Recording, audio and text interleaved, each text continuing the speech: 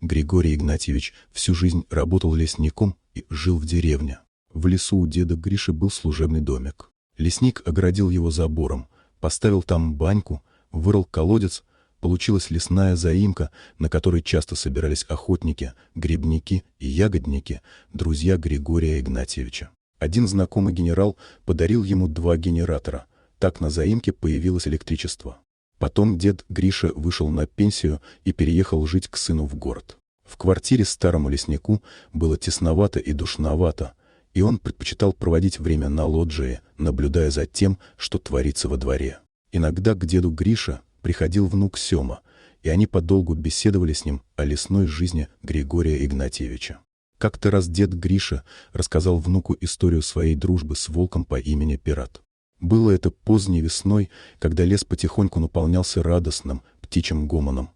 На полянках расцветали подснежники, и между деревьями бродил уже по-настоящему теплый, почти летний солнечный луч. Григорий Игнатьевич совершал обход по своему участку и был доволен порядком в лесу. Лесник очень добросовестно относился к своим обязанностям и вообще жил работой. К лесу был привязан с детства, знал здесь все дорожки и тропинки, старался помогать животным. Больше всего Григорию Игнатьевичу нравились волки. Он считал, что у волков есть свой кодекс чести, и они его никогда не нарушают. Размышляя обо всем этом, Григорий Игнатьевич шел по лесу и вдруг в высокой траве заметил какое-то непонятное движение. Раздвинув кусты папоротника, лесник увидел маленького волчонка. «Эх, как же тебя угораздило!» — вздохнул лесник, увидев, что зверек запутался в металлической проволоке и никак не может оттуда выбраться.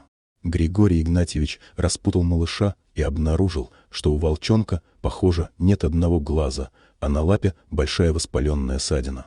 Пришлось завернуть волчонка в свой шарф и скоренько тащить зверя на заимку, чтобы оказать ему первую помощь.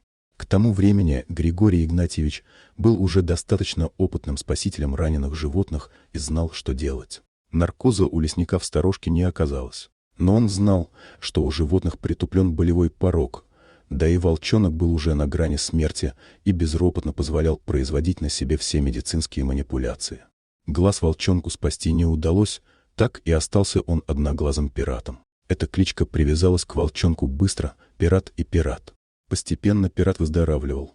Было интересно наблюдать, как он хватается за жизнь, как жадно пьет козье молоко, с каждым днем набираясь сил и превращаясь из жалкого заморыша в красивого и сильного волка.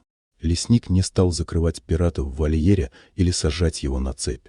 Григорий Игнатьевич в то время не ладил со своей женой и почти все время жил на заимке и лишь иногда приходил в деревню навестить своих, помочь по хозяйству и взять продукты. Сыновья тогда уже были большие, справлялись в доме и без него, так что за дом лесник был спокоен. Пират бродил по лесу с лесником и однажды ушел в тайгу навсегда. Лесник его потом видел только один раз. В тот день Григорий Игнатьевич отправился на озеро Дальнее, и по дороге прямо на него выскочила косуля. «Видимо, волки гонят», — подумал лесник и вскинул на всякий случай ружье. Из кустов на него и вправду выскочил мощный волк, остановился, принюхался. Только тогда Григорий Игнатьевич заметил, что у волка нет одного глаза.